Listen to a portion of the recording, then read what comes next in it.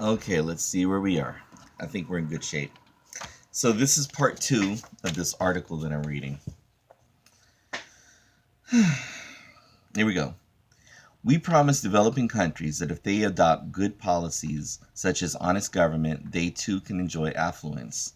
But that promise is a cruel hoax. The world doesn't contain enough resources. We've already we're already having difficulty supporting a developed world lifestyle now, when only about 1 billion of the world's 7.5 billion enjoy it. Do you know what they're saying? What they're saying is there's not enough for everybody. So we're going to keep everybody else. We have to keep everybody else from achieving, because that means that we will lose out if they have more, and that I don't believe in that. Anyway, Americans often refer to the growing consumption in China and other developing countries as a problem, and wish the problem didn't exist. Of course, it will persist. People of other countries want to enjoy consumption rates that Americans enjoy.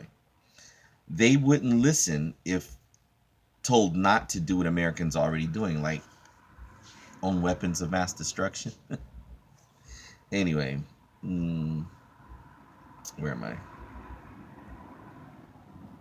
The only sustainable outcome for our globalized world is one in which consumption rates are nearly or more nearly equal around the planet. But we can't sustainably support today's developed world at its current level, let alone raise the developing world to that level. Does that guarantee that we will end up a disaster? No. We could have a stable outcome in which all countries converge on consumption rates below what developed nations enjoy now. Americans may object. We won't sacrifice our living standards for the benefit of other people out there. As former U.S. Vice President Dick Cheney once said, the American way of life is non-negotiable. But cruel realities of world resource levels guarantee that the American way of life will change, like it or not. Those realities can't be negotiated. As alarming as it may sound, I believe it wouldn't be a significant sacrifice. Why? Because consumption rates and well-being, though related, aren't tightly coupled. Much U.S. consumption is wasteful and doesn't contribute to a quality of life. For example, per capita oil consumption rates in Western Europe are about half of those of the United States, yet the average Western European's well-being is higher than that of the average American by any meaningful criterion, such as financial security after retirement, health, infant mortality, life expectancy, and vacation time. When you finish reading this page, go out into any U.S. street, look at the cars driving by, estimate their gas mileage. Ask yourself whether those wasteful mileages contribute positively to any meaningful measure of quality of life. Here's the bottom line. It's certain that within our lifetimes, per capita consumption rates in the developed world will be lower than they are now. The only question is whether we'll reach that outcome by methods of our choice or by unpleasant methods not of our choice. It is also certain that within our lifetime, per capita consumption rates in developing countries will no longer be 1/30th of developed countries' rates, but will be nearly equal to them. Those trends are desirable goals, rather than the horrible prospects to be resisted. We already know enough to make progress towards achieving them. What's lacking is the necessary political will. Should we be depressed by the consequence of inequality? Again, no. While problems are getting worse, potential solutions are getting better. Multinational or world agreements have already succeeded in solving some big problems. Hence, I view our world as being engaged in a horse race between a horse of destruction and a horse of hope. The race isn't a normal one, in which both horses run at a constant speed. Instead, it's an exponentially accelerating race in which each horse is running faster and faster. Within a few decades, we shall know which of the two horses has won the race. So let me say this. Colonization has resulted in European countries and a few Middle Eastern countries, which only make up 12% of the world population, we now have a situation where 12% of the world population, which has pretty much pulled all of white people and a few Arab countries to own 38% of the world's resources.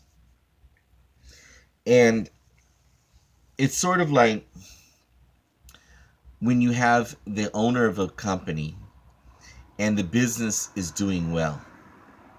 The owner takes the bulk of the money and he tells the workers, I don't have enough to pay you well. And if they have even a slight surge downward in receivables, they make a little bit less money. The owner, rather than taking less for himself and allowing his workers to either make the same amount of money or even to ever give them raises, he tells them there's not enough for me to eat and for you to eat, despite the fact that the owner is eating the bulk of the money. We already see this in American business. When companies like Enron, Hostess, you name it, when these multi-million-dollar companies, billion-dollar companies, start to go under, they're not going under because business is bad. They're going under because business is not as good as it was, but those companies are not in jeopardy of going bankrupt.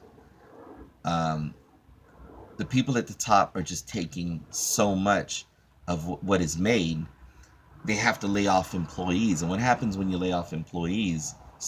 Your service goes down. You know what I mean? And so you start closing off stores. Companies become self-consuming, right? They become almost carnivorous. You know what I mean? And it's not that the business was suffering that bad. It's just that the person at the top, the people at the top, are not going to, just like as this article said, are not going to sacrifice their standard of living for the benefit of everyone else. And as soon as you start chipping it away at a business, as soon as you start chipping away and you sacrifice the people at the bottom no longer take care of you. And that's where you end up with governments being overthrown. That's where you end up with the this end of the world scenario that this author was talking about, where the poor revolt or rebel against the wealthy. You don't have nothing to worry about if you're not taking from their mouths. Do you understand what I mean? The poor people don't hate the wealthy because the wealthy are wealthy. Poor people hate the wealthy because the wealthy create the poverty that the poor are living under. So that being said, the colonial world, the colonial masters have to understand that you cannot continue to live as colonial masters. The slave owner cannot continue to think like a slave owner if he wants to exist. Do you understand? And that's where we end up today with the racism that we have in this country. That white men who normally have a monopoly on jobs now have to compete against women and people of color, and they believe the whole world is against them because they don't automatically get those jobs. In their minds, women don't deserve those jobs. People of color don't deserve those jobs. Immigrants don't deserve those jobs, and that's where all this hatred comes from. And then what happens is, just as the CEO who tells the workers, I don't make enough to pay you, the government is telling the people in the middle, especially telling the American white voter, that the reason why your standard of living is not is not up to the standard that your parents lived under. The reason why America is not great anymore is because of those Mexicans, because of those black people, because of those gays, because of those women. And that's where the angry white male comes from. Lyndon Baines Johnson once said, if you could convince the lowest white man that he's better than the wealthiest, most educated black man, he will let you pick his pockets clean. Pick his pockets clean. And that's what we see right now. With this president that we have, he is not serving the purposes. He's not serving the needs of the middle class white male. Okay, he's not. He's serving the needs of the wealthy American, whether you're white or black. It's just that there's not enough of them to provide votes for him to get what he wants. So by convincing the masses that they're at war with immigrants, that they're at war with black people, that they're at war with the left. And I'm saying, and I'm not on the left, okay? So I am not a liberal.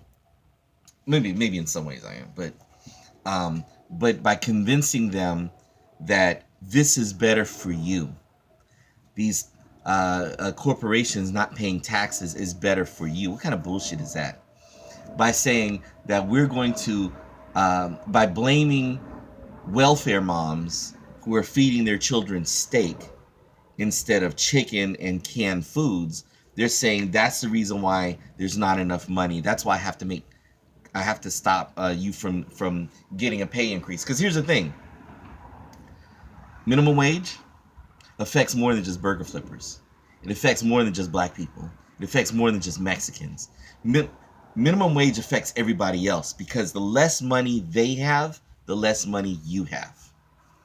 But you don't hear that. That narrative's not being told, right? The lower the minimum wage is, the more money the middle class makes. I'm sorry. Yeah, that's right. The lower minimum wage is, the lower the wages of the middle class. They think if you give burger flippers, and burger flippers aren't the only one, they're not the only minimum wage earners, but they think by giving burger flippers $15 an hour, that means your $25 an hour is not going to be worth as much money. No, that's not true. By giving the burger flippers $15 an hour, your $25 an hour is going to go up to $30, $35 an hour. The employers don't want that. That's why they convince you to support blocking the minimum wage. Okay, believe that. Those wealthy people do not have the middle class workers' best interests at heart. Anyway, back to this article. The notion that there's not enough resources on the planet for everyone. There are some resources that, yeah, maybe that's true, right? I don't remember the name of this element that's used in the cell phones. That's probably true. Oil. I believe that the people making money off of oil is keeping us dependent on oil. They're preventing solar power. They're standing in the way. Matter of fact, we had the technology for solar power 50 years ago. We had the technology for electric vehicles 50 years ago. It was the car companies and the oil companies that prevented the rise of electric vehicles and that kind of technology. Okay, so don't you believe for a second that we have to have this oil.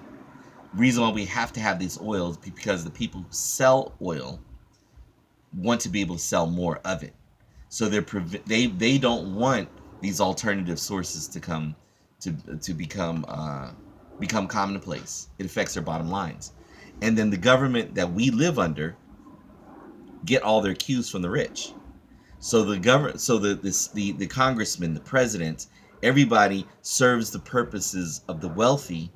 So they have to keep down the poor guys, the middle class.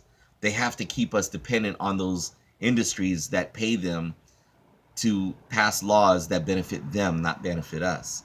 And it's the same thing with the what they call the developing world, or the third world, is that in order for us to live like the colonial masters that we've been living as for the last couple hundred years, we have to keep them in poverty. And I don't believe that at all. And I don't believe that the rest of the world is going to ever live at the standard of that we do in the West.